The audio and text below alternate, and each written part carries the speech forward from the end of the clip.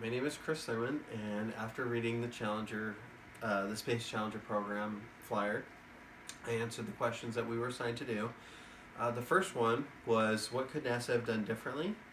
What After reading through it, what I've decided that they could have done differently is, first off, they could have listened to their scientists. It seems like they were too worried about impressing the vice president and being in his goodwill. They were too worried about looking good in the public's eye and trying to beat Russia.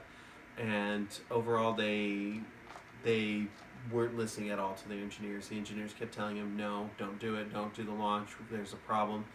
And they said, well, you don't actually have the data to prove that there's something wrong, so we're going to go through with it anyway. So that's something that they could have definitely improved on, is that they could have actually listened to the men that they hired to do that job, to say, hey, there's something wrong. So that's the one thing. For the question, what should Roger have done differently? And after reading it and seeing what he had done, I think he could have pushed a little bit more on going for it.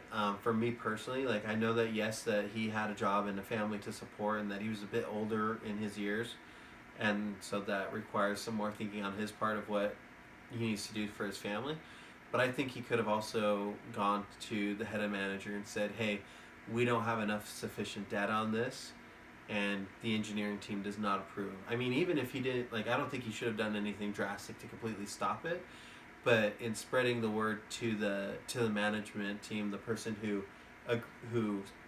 received the notice from the company in Utah, he could have done more in saying, hey, they approved this, or they approved this launch, but I just want to let you know, all of your engineers back here, we didn't sign the paperwork. This is why. It's because we don't have enough information. We've never done a launch like this before without all the information. We should stick to that and try to make sure that we're not threatening anybody's lives because of this. Which, in the long run, looking back, obviously nobody would have gotten him fired or anything like that now, but all in all, he did actually do everything that he was required to do, which was, he told his superiors what they felt should happen, and he left it at that. He left it for them to decide whether they should go through or not. But I think personally he could have done more. For the third question, what do you, as a student, see as your future engineering professional responsibilities in relation to both being loyal to management and protecting the public welfare?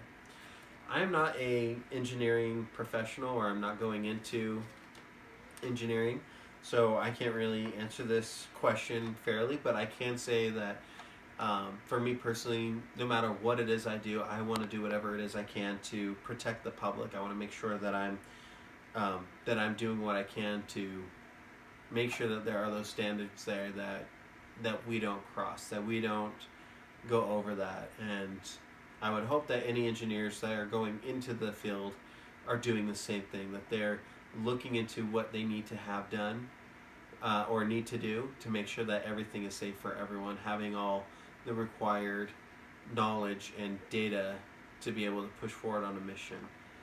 Like I said, I'm no engineer, but I can see where several times there were mistakes where people pushed for that popular vote, that popular thing, and because of that, 7 people's lives were lost during the Challenger shuttle. And if they had that sense to being professionally responsible for the public, then those lives would still be here, those people would still be here, and things would be much more different. So thank you.